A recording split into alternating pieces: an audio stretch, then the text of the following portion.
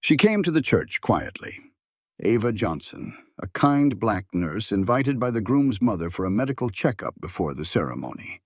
But when the bride saw her, she laughed cruelly and said, "You don't belong here. We don't need the help watching our wedding." What the bride didn't know was that Ava wasn't just any nurse. She was the personal caregiver who had once saved the groom's father's life.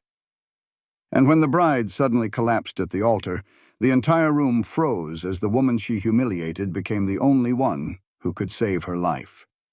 Before we find out what happens next, tell us in the comments. Have you ever seen karma strike faster than this? And if this story already has you hooked, make sure to hit that like button. The light that streamed through the stained glass windows of St. Helena's Chapel was the color of liquid gold. It painted soft stripes across the polished wooden pews, which were filled with guests dressed in their finest silks and suits. The air hummed with a quiet, reverent energy, a delicate symphony of soft organ music and rustled fabric. It was a perfect day for a wedding, a day that felt blessed by the heavens themselves. Into this scene of flawless beauty, Ava Johnson entered like a quiet shadow. She wore simple blue scrubs, the fabric clean and pressed, but a stark contrast to the formal attire surrounding her. In her hand, she carried a standard medical kit, its presence in this sacred hall feeling both out of place and strangely purposeful. Ava's steps were silent on the cool stone floor of the side aisle. She wasn't a guest in the traditional sense. She had been called here by Margaret Pierce, the groom's mother, a woman Ava respected deeply. Margaret, ever thoughtful, had felt a bit of anxiety about the long ceremony and had asked Ava to come by to check her blood pressure, just to be safe. It was a simple request, a quick task that Ava was happy to perform for the woman who had always treated her with such kindness. Ava kept her eyes down, trying to be as unobtrusive as possible. She spotted Margaret in the front pew and gave a small, discreet nod. Her plan was to slip into a back room, do the checkup, and leave before the bride even made her entrance. She wanted to cause no disruption, to be a ghost in this grand machine of celebration. But her quiet presence did not go unnoticed. At the front of the chapel near the altar stood Samantha Pierce, the bride. She was a vision in white, her dress a cascade of lace and pearls that must have cost a small fortune. Her blonde hair was swept up in an elegant style, and her makeup was flawless. She was talking to her bridesmaids, her voice a low, confident murmur. Then her eyes scanned the chapel, a queen surveying her court. They swept past the smiling faces of friends and family, past the elaborate floral arrangements, and finally landed on Ava. Samantha's perfectly painted lips curled into a smirk. A moment of confusion flickered in her eyes, quickly replaced by disdain. She turned to her maid of honor and whispered something. A shared giggle, sharp and cruel, cut through the gentle organ music. Then Samantha's voice, much louder this time, sliced through the reverent atmosphere. "Are you lost, sweetheart?" she called out, her tone dripping with mock concern. Every head in the vicinity swiveled. The whispers of the guests died down, replaced by a tense, expectant silence. All eyes were now on the woman in the blue scrubs. Ava froze. She felt 100 pairs of eyes on her, their gazes like tiny needles pricking her skin. She could feel the heat rising in her cheeks, a blush of unwelcome attention.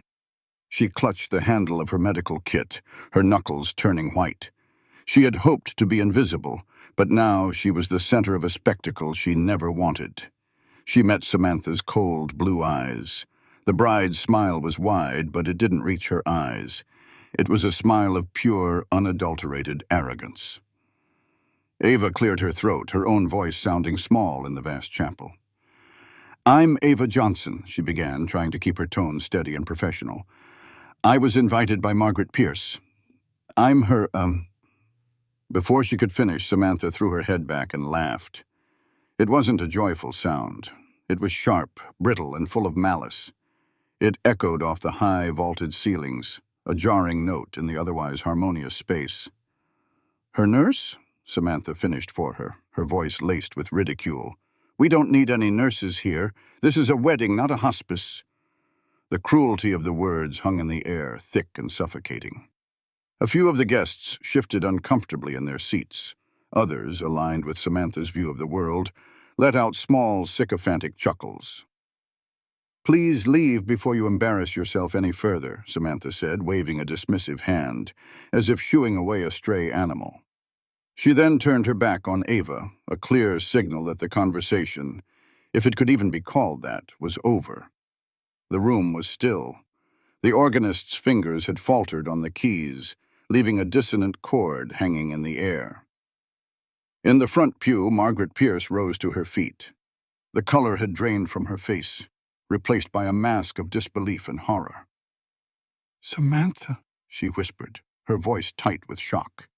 She started to move towards the aisle, intending to correct this horrible injustice, to defend the woman she considered a friend. But it was too late. The damage was done. The poison had been injected into the heart of the celebration. Ava stood there for a moment, the bride's words ringing in her ears. She felt the sting of the insult, the bitter taste of humiliation. But then another feeling rose up to meet it. A quiet, unshakable dignity. She would not let this woman's smallness diminish her. She would not let this moment of cruelty define her. With a deep, steadying breath, Ava lowered her gaze. She gave a single, almost imperceptible nod, not of defeat, but of quiet resignation. She turned around, her back straight, her shoulders squared. She walked back down the aisle, her soft-soled shoes making no sound on the stone floor. She did not run. She did not hurry. She simply walked away, carrying her integrity with her like a shield. As she reached the heavy oak doors and slipped outside, the choir began to sing, their voices rising in a beautiful soaring hymn. But the melody felt hollow now. The air in the perfect chapel felt heavy, tainted by an act of casual, needless cruelty. Outside, the sun was bright, a stark contrast to the chilling atmosphere she had just left behind. Ava leaned against one of the cool stone pillars that flanked the chapel's entrance. She closed her eyes and took a long, slow breath, letting the clean air fill her lungs. She focused on the feeling of the rough stone against her back, the warmth of the sun on her skin. She tried to push the bride's mocking laughter out of her mind. The humiliation was a hot, burning coal in her chest, but she refused to let it consume her.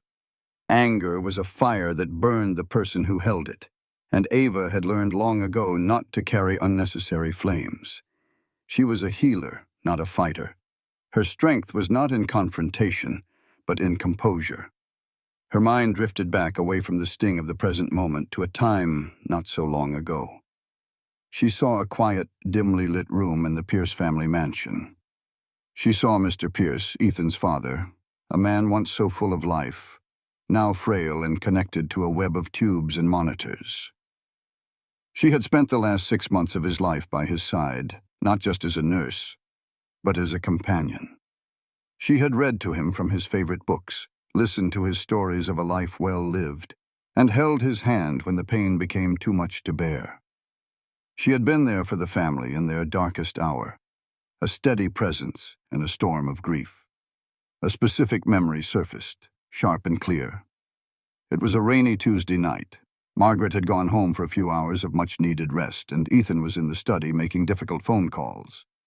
Ava was alone with Mr. Pierce, monitoring his vitals. Suddenly, the steady, rhythmic beep of the heart monitor became frantic, then flatlined. A terrifying, unbroken tone filled the room. Ava didn't panic. Her training kicked in, a calm, focused energy surging through her. She had started chest compressions immediately, her hands moving with practiced precision, counting under her breath. She had called out for Ethan, her voice firm and commanding. When he had burst into the room, his face pale with fear, she had already administered the necessary medication. She had saved his life that night. The doctors at the hospital later confirmed it. She had given the family 3 more precious weeks with their patriarch. She remembered Ethan's gratitude, the way he had looked at her with tears in his eyes, his voice thick with emotion as he thanked her, over and over. He was a good man, a kind soul, caught between a mother he respected and a fiancée he loved. Ava had seen the unease on his face in the chapel, the flicker of shame in his eyes as Samantha had unleashed her venom. He was not like her. He was humble, gentle, but his silence in that moment had been a small betrayal, a stone added to the weight of the insult. Inside the chapel, the perfect wedding was showing its first cracks. Samantha, basking in the glow of her perceived victory, recounted the incident to her bridesmaids in the vestibule. "Can you even imagine?" she whispered, her voice high with glee. "Showing up to a multi-million-dollar wedding in scrubs. How completely ghetto can you get?" Her friends, a chorus of women in matching pastel dresses, erupted in sycophantic laughter. They fed off her arrogance, their own insecurities hidden behind a veneer of shared superiority. They didn't see the woman who had just been publicly shamed. They saw only an opportunity to reinforce their own fragile status. From the front pew, Margaret watched the group, her face a mask of cold fury.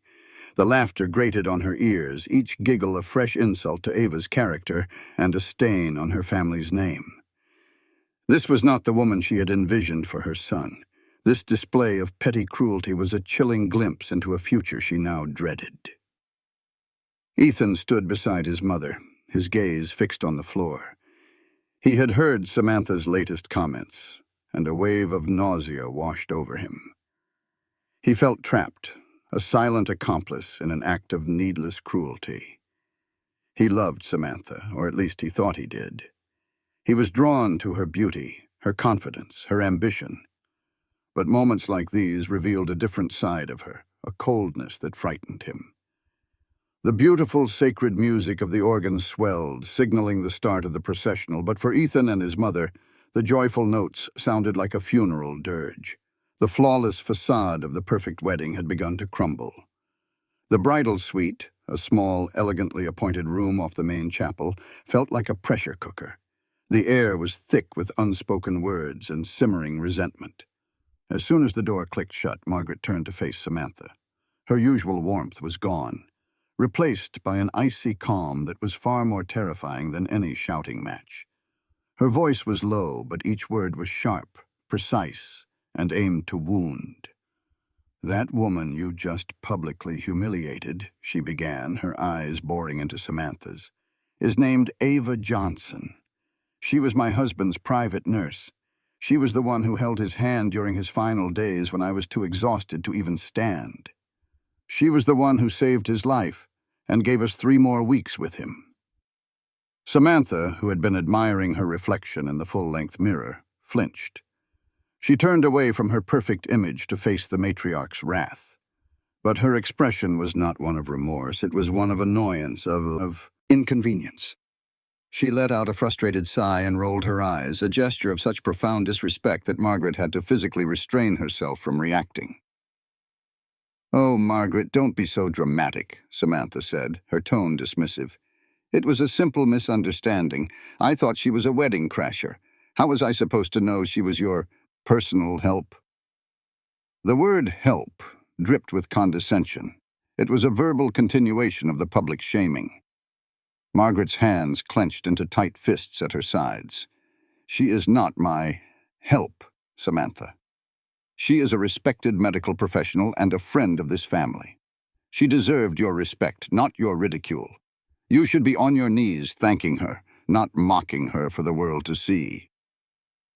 "Fine, I'll apologize later, if it will make you happy," Samantha snapped, turning back to the mirror to adjust a stray curl. Her reflection smiled back, perfect and unbothered. "This isn't about making me happy," Margaret pressed on, her voice rising slightly. "This is about character. This is about the kind of person you are. Arrogance, Samantha, is a poison. It rots everything it touches. It destroys families faster and more thoroughly than any public scandal. You need to understand that before you officially become a part of this one." The door to the suite was slightly ajar.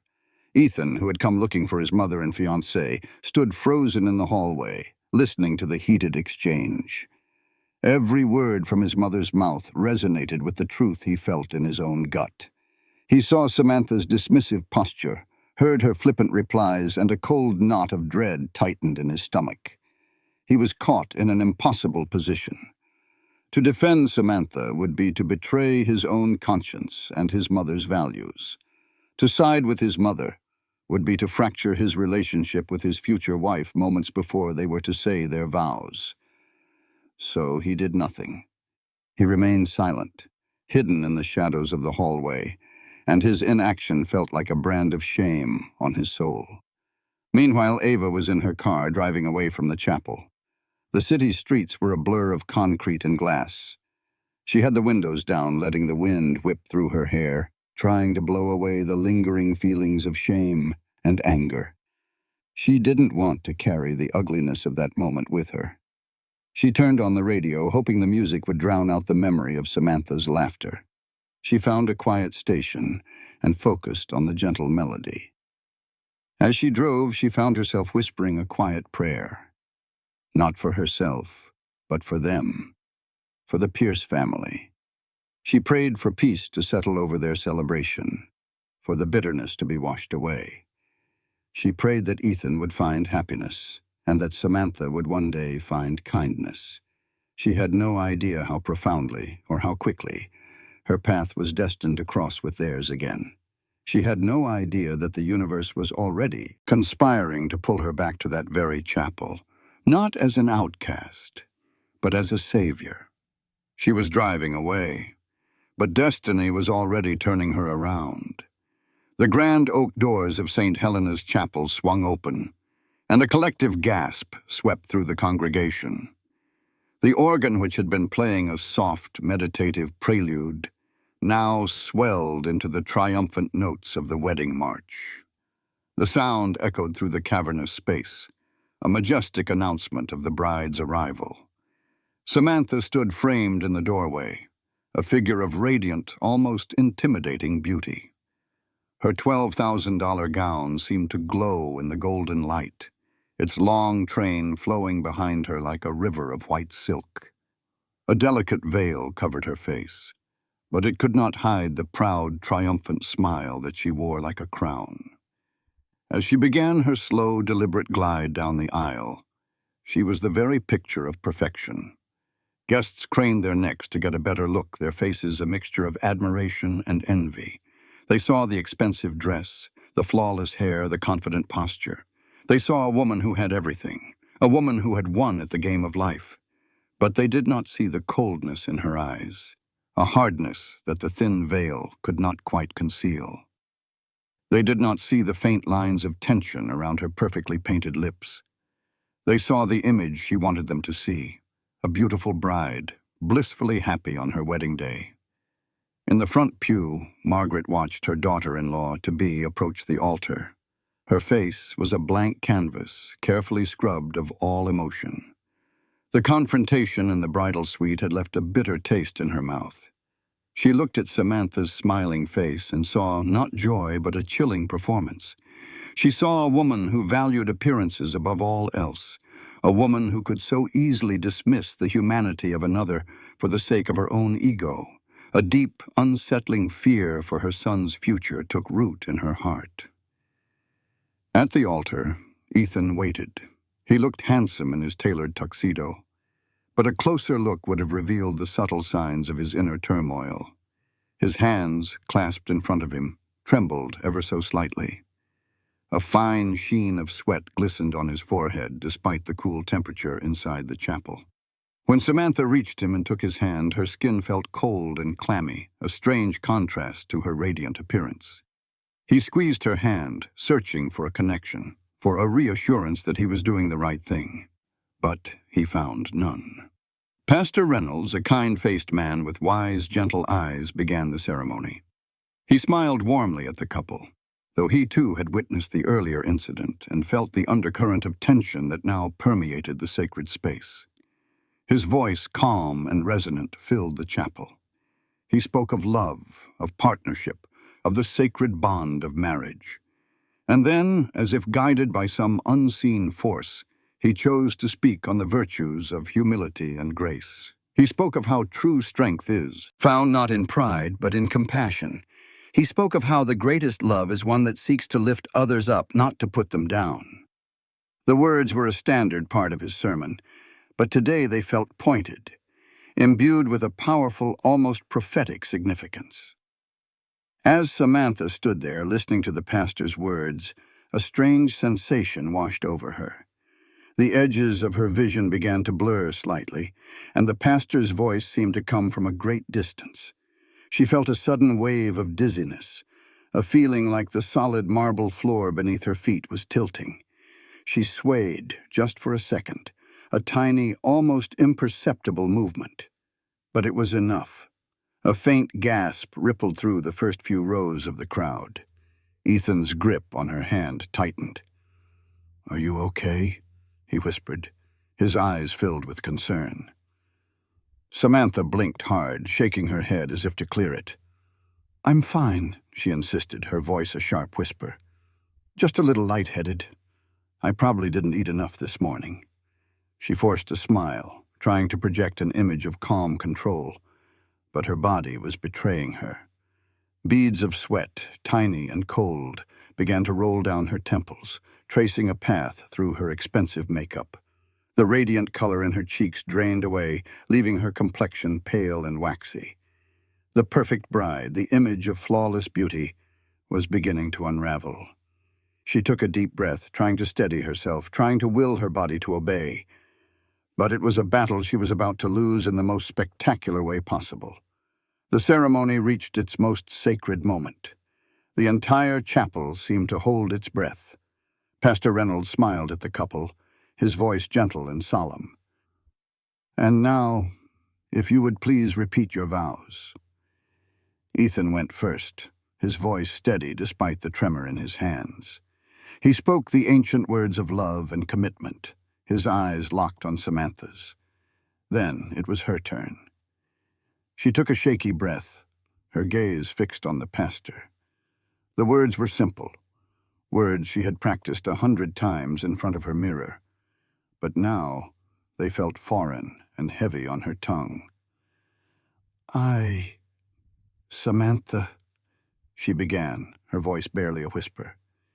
She faltered, her mind suddenly blank. She tried again, forcing the words out. "I, Samantha, take you, Ethan, to be my lawfully wedded husband." Her voice cracked. She swayed again, more noticeably this time. The crowd murmured, a low hum of concern that grew louder with each passing second. Ethan reached out, placing a steadying hand on her arm. "Samantha?" he asked, his voice tight with alarm. She shook her head, a gesture of stubborn denial. "I'm fine," she repeated, though it was clear to everyone in the room that she was not. She turned back to the pastor, determined to finish. The final, most important words were on the tip of her tongue. "To have and to hold from this day forward, until death do us part."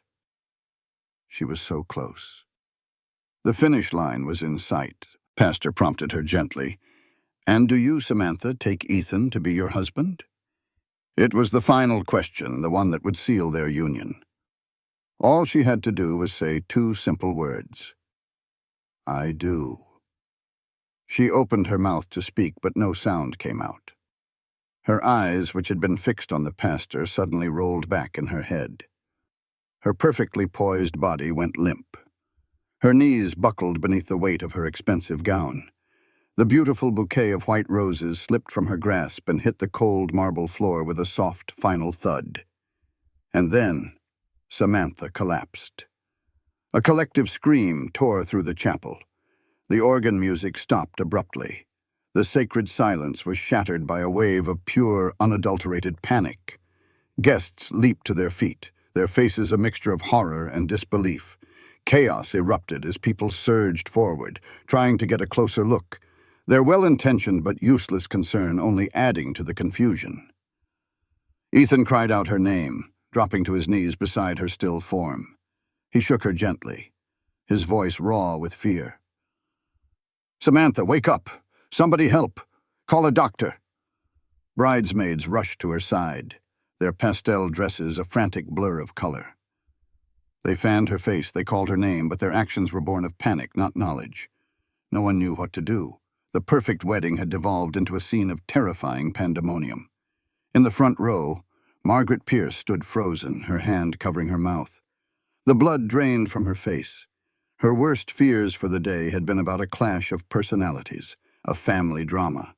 She had never imagined this. Her mind raced, desperately trying to find a solution, a lifeline in this sea of chaos. And then, one name, one face, cut through the fog of her fear. A calm, compassionate face. A woman in simple blue scrubs. A woman who had been mocked, insulted, and cast out of this very room just a short time ago. "Ava," Margaret whispered to herself. Then louder, her voice cutting through the noise with newfound authority. "Call Nurse Johnson! Get her back here! Now!" Ethan's best man fumbled for his phone, his fingers shaking as he dialed. The seconds stretched into an eternity. Outside the chapel, Ava was just about to pull her car onto the main road when her phone buzzed. She saw Margaret's name on the screen and answered, her voice calm. Margaret's words came out in a frantic rush, a torrent of panic and desperation. "Ava, you have to come back. It's Samantha. She collapsed. She's not breathing right. Please, you have to help." Ava didn't hesitate. She didn't think about the humiliation. She didn't think about the bride's cruel words. She thought only of the person in need. She was a nurse. This was her calling. She slammed the car into a sharp U-turn, the tires squealing in protest, and sped back towards the chapel. She burst through the heavy oak doors, her medical kit in hand. The scene that greeted her was one of utter chaos. Guests were crowded around the altar, their voices a cacophony of panicked shouts and sobs. She pushed her way through the wall of people, her voice ringing out with a calm authority that silenced the room. "Let me through. I'm a nurse. Everyone, please give her space." The crowd parted as if by magic, their frantic energy subdued by her commanding presence. She knelt beside Samantha's still form, her professional training taking over completely. The arrogant bride, the expensive dress, the stunned audience. It all faded into the background. All she saw was a patient. Her fingers went straight to Samantha's neck, searching for a pulse. It was there, but it was weak and thready. She checked her airway. Her breathing was shallow, dangerously erratic. "She's not breathing properly," Ava announced to the room, her voice steady and clear. She looked up at the sea of terrified faces staring down at her. "Everyone, step back. Give me room to work." And in that moment, the woman they had dismissed as the help became their only hope. The world seemed to slow down. The chaotic noise of the chapel faded into a dull, distant roar, and all that remained was the focused, rhythmic intensity of Ava's actions. It was a breathtaking, cinematic sequence, a display of grace under the most extreme pressure. With Samantha lying motionless on the cold marble floor, Ava became the calm center of the storm, a beacon of competence in a room filled with panic. She tilted Samantha's head back, opened her airway, and began to administer rescue breaths. Then she laced her fingers together, placed her hands on the center of Samantha's chest, and began CPR. Her movements were precise, efficient, and powerful. She pushed down, again and again, counting under her breath, a steady rhythm of life-saving pressure. The fragile bones of the bride's chest creaked under the force, but Ava did not falter. She was a machine of healing, her entire being focused on this one singular critical task, bringing Samantha back from the brink. As she worked, she began to issue orders, her voice cutting through the stunned silence of the chapel. She didn't shout, but her tone was so clear and commanding that everyone listened without question. "You!" she said, pointing a finger at a man in a tuxedo who was standing nearby, frozen in shock. "Call 911 right now. Tell them you have an unconscious, non-breathing female, and give them this address. Be clear and be calm." The man nodded, fumbling for his phone, his face pale but his hands now steady with purpose. "And you," she said, her eyes finding a bridesmaid who was weeping hysterically. "I need you to get her legs elevated. Find some cushions from the pews. Prop her feet up. Now!" The young woman's sobs subsided, replaced by a look of determination. She nodded and scrambled to do as she was told. The other guests, who moments before had been a useless, panicked mob, now became an efficient support team following Ava's every command. They cleared a path for the paramedics. They spoke in hushed tones, their awe and respect for the nurse growing with every passing second. Margaret watched from the front pew, her hands clasped together in a silent prayer. She was in awe. This was the same woman her future daughter-in-law had laughed at, had dismissed with a wave of her hand. This humble, quiet nurse, mocked for her simple scrubs, now held the power of life and death in her hands. She was a warrior, a giant, fighting a battle for the very person who had tried to make her feel small. It was a moment of profound, almost biblical irony. Ethan was on his knees just a few feet away, his face a mask of anguish and disbelief. He watched Ava, his eyes filled with a mixture of terror for Samantha and a dawning, shame-filled realization of who this woman truly was. He remembered her by his father's bedside, her calm competence, her endless compassion. She had saved his father's life once, and now, by some cruel twist of fate, she was being asked to do the same for the woman who had treated her with such contempt. The weight of his own silence, his failure to defend Ava earlier, crashed down on him with suffocating force.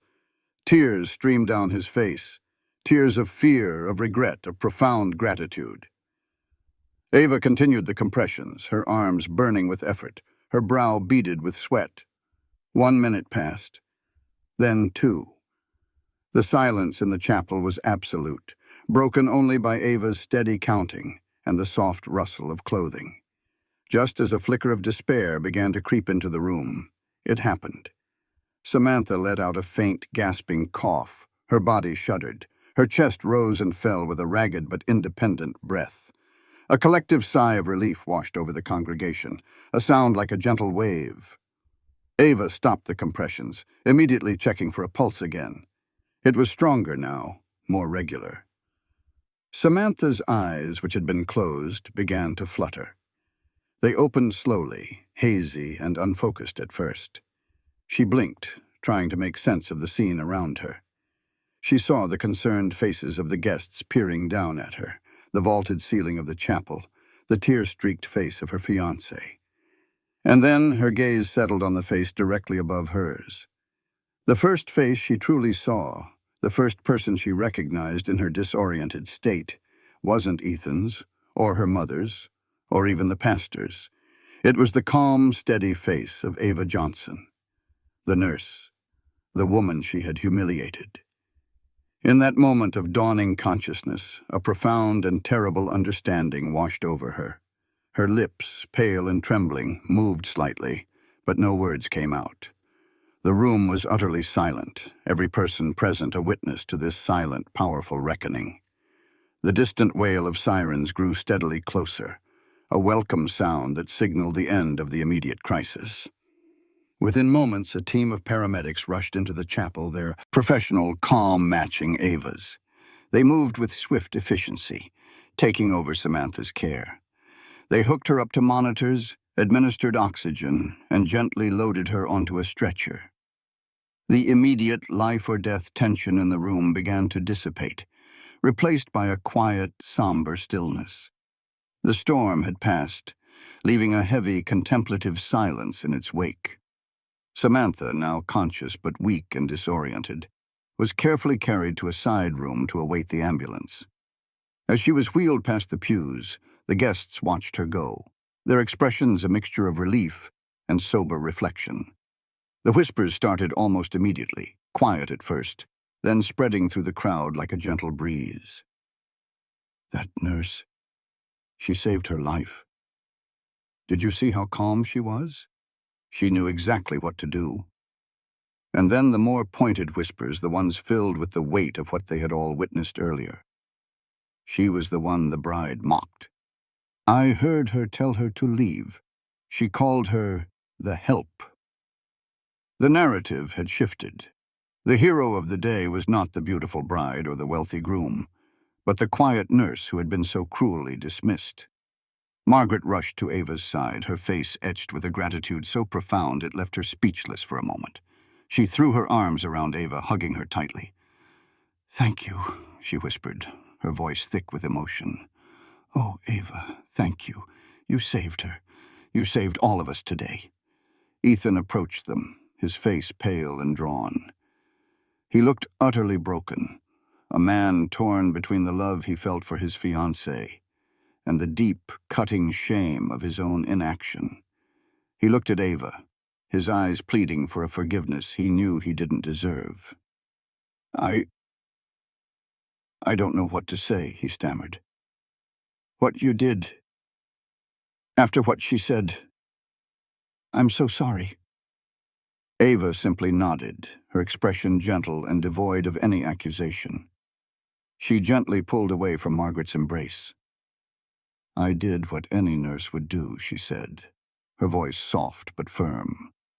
Her words were simple, humble, and yet they carried an immense weight. She hadn't done it for thanks or for revenge or for vindication. She had done it because it was her duty, her calling. It was who she was. With a small, weary smile, she picked up her medical kit from the floor where she had dropped it. She began to walk towards the exit, her job now done. This time, her departure was different. There were no sneers, no mocking laughter. Instead, a path cleared for her. The crowd of elegantly dressed guests parted respectfully, making way for the woman in the simple blue scrubs. They looked at her with a newfound reverence, their eyes filled with awe and admiration. As she passed Pastor Reynolds, who was standing near the altar, he lowered his head in a slight, respectful bow, a gesture of deep acknowledgement for the grace she had shown. The energy in the chapel had undergone a profound transformation. The superficial arrogance that had filled the air just an hour ago had been washed away, replaced by a powerful, humbling sense of gratitude. Ava Johnson had walked into the chapel as an outcast. She walked out as a hero. Hours later, the sterile, antiseptic smell of the hospital replaced the scent of lilies and incense. Samantha lay in a standard-issue hospital bed, the stiff white sheets a poor substitute for her luxurious wedding gown. The elaborate makeup had been wiped away, revealing a pale, tired face.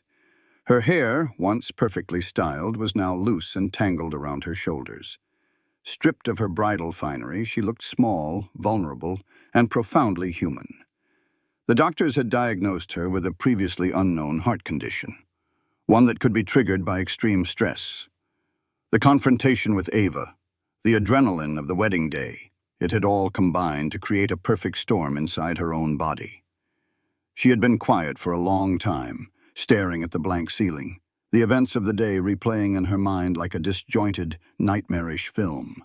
The laughter, the collapse, the panic, and then that face. The calm, focused face of the woman she had tried to break. Finally, she turned to Ethan, who sat silently by her bedside. Her voice was soft, barely a whisper. "Can I see her?" she asked. "The nurse. Is she still here?" Ethan nodded and left the room. A few minutes later, Ava entered. She was still in her scrubs, a quiet professional making her rounds. She approached the bed, her expression calm and unreadable. There was no triumph in her eyes, no hint of, "I told you so." There was only a quiet, professional compassion. Samantha looked at her, and the dam of her pride finally broke. Tears welled up in her eyes and began to stream down her cheeks, hot and shameful. "I'm sorry," she sobbed, the words choked and raw. "I am so, so sorry. I was horrible to you. I was a monster. I didn't know who you were." Ava listened patiently, letting Samantha's confession pour out. When the sobs subsided, she spoke, her voice gentle but firm, carrying a truth that was more powerful than any scolding. "It's okay," she said softly. And then she delivered the words that would echo in Samantha's mind for the rest of her life. But you didn't need to know who I was to treat me with respect. The simple, profound truth of that statement hit Samantha like a physical blow. It had never been about Ava's connection to the Pierce family. It had never been about her role in saving Ethan's father. It was about basic human decency. It was about seeing the value in another person, regardless of their status, their clothing, or their job. In that moment, Samantha realized the true depth of her own moral failing. Her cruelty hadn't been a misunderstanding. It had been a choice, a reflection of a deep-seated ugliness within her that she could no longer ignore. She broke down completely, her body shaking with a grief that was not for her ruined wedding, but for her own shattered character. From the doorway, Margaret watched the scene unfold. She had been about to enter, but she stopped, knowing this was a moment that needed to happen without her interference. She saw Samantha's genuine remorse, saw Ava's quiet, powerful grace. And in that hospital room, amidst the quiet beeps of the monitors, she felt a flicker of hope. This disaster, this near tragedy, might just be the thing that could save them all. It was a turning point, a painful but necessary reckoning that would redefine her son's future, and perhaps save Samantha's soul. The planned extravagant wedding reception at the city's most exclusive country club was canceled. Instead, a small, somber gathering was held in a private room at a nearby restaurant. The mood was not celebratory, but reflective. The guests who attended were the closest friends and family, the ones who had been most deeply affected by the day's traumatic events. They spoke in hushed tones, the memory of Samantha's collapse and Ava's heroic intervention still fresh in their minds. After a simple meal, Pastor Reynolds, who had been invited by Margaret, stood up to speak. There was no podium, no microphone. He simply stood among them, his presence a comforting balm. "I was planning to offer a toast to the happy couple today," he began, his voice quiet but carrying through the small room. "But I find myself moved to speak about something else. Today we were all witnesses to a powerful lesson, a lesson in humility, in grace, and in the surprising ways that life tests our character." He paused, his eyes sweeping over the humbled faces in the room. "We often measure a person's worth by their status, their wealth, or their influence. We admire those in positions of power. But the greatest test of character is not how we treat our equals or our superiors. The greatest test of character," he said, his voice resonating with a quiet authority, "is how we treat those we think we will never need." The words hung in the air, simple, true, and deeply profound. The guests nodded slowly, the truth of his message settling into their hearts. Then Ethan stood up. His face was still pale, but his voice was clear and strong, filled with a conviction that had been absent earlier in the day. He looked around the room, meeting the eyes of his family and friends. "I have someone I need to thank," he said. "Our family, and my wife, owe everything to the courage and skill of one person, a woman who showed us all what true grace looks like. I want to publicly thank Nurse Ava Johnson." He raised his glass. "To Ava." The crowd murmured their agreement, a quiet but heartfelt applause filling the room. Then, to everyone's surprise, Samantha, who had been discharged from the hospital just an hour before, slowly got to her feet. She looked fragile, her body still weak, but her eyes were clear. She leaned on Ethan for support. I also need to thank her," she said, her voice trembling but sincere. "I was wrong today. I was cruel, and she saved my life anyway." She looked directly at her new mother-in-law. "I owe you my life," she said, her voice breaking. For the first time, her voice carried not a trace of pride, but the unmistakable weight of humility. Ava was not there to hear these words. After leaving the hospital, she had gone home, her long, eventful day finally over. She had taken a hot shower, changed into comfortable clothes, and made herself a cup of tea. She sat in her quiet living room, the events of the day feeling like something she had watched in a movie. She didn't feel like a hero. She didn't feel triumphant. She simply felt at peace. She had done her job. She had honored her calling. A short time later, her phone buzzed with a text from Margaret, relaying the apologies and thanks from the gathering. Ava read the message, and a small, gentle smile touched her lips. She simply nodded to herself, took another sip of her tea, and let the quiet dignity of her own actions be her reward. Her spirit was intact, her grace triumphant. Months turned into a season, and then another. The dramatic events of the wedding day did not fade into a forgotten memory. Instead, they became the catalyst for a profound and lasting transformation. The change in Samantha was the most remarkable. The near-death experience and the humbling realization of her own cruelty had cracked open the shell of her arrogance. She began to see the world and the people in it through new eyes. One day she walked into the community hospital where Ava worked, not as a patient, but as a volunteer. She started small, delivering flowers to patients, reading to the elderly.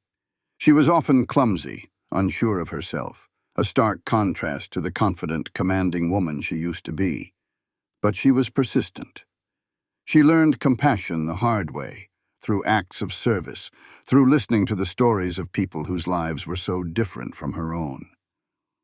Margaret Pierce became a frequent visitor to the hospital, but not to check on Samantha. She came to support Ava. She used her considerable influence and resources to fund a new outreach program that Ava had created, a program designed to provide in-home medical care for underprivileged families in the city. The two women from vastly different worlds formed a deep and abiding friendship, united by a shared belief in the power of kindness. Ethan and Samantha's marriage, which had begun under the darkest of clouds, was slowly and carefully rebuilt. The foundation was no longer the fragile, superficial ground of status and appearance, but the solid rock of mutual respect and shared values. Ethan saw a new softness in his wife, a genuine warmth that he had only glimpsed before.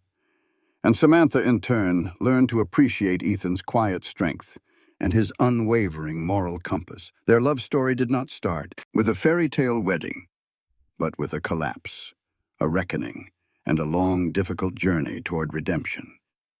It was stronger and more real than any perfect ceremony could have made it. The story of that day became a quiet legend, a cautionary tale whispered at family gatherings. It was a story about how quickly fortunes can turn, how the person you look down on today might be the person you look up to for help tomorrow. It was a story about a bride, a nurse, and the moment that changed everything. In a world that so often worships status and celebrates pride, kindness still holds the highest, most enduring rank. The woman who was mocked and dismissed as mere help became the steady, healing hand of salvation. And the one who had treated her with such profound disrespect learned the most valuable lesson of all, that true wealth is not measured in money or possessions, but in the grace we show to others, especially when they seem to have nothing to offer in return. If this story about dignity and justice moved you, don't forget to subscribe for more inspiring stories like this one.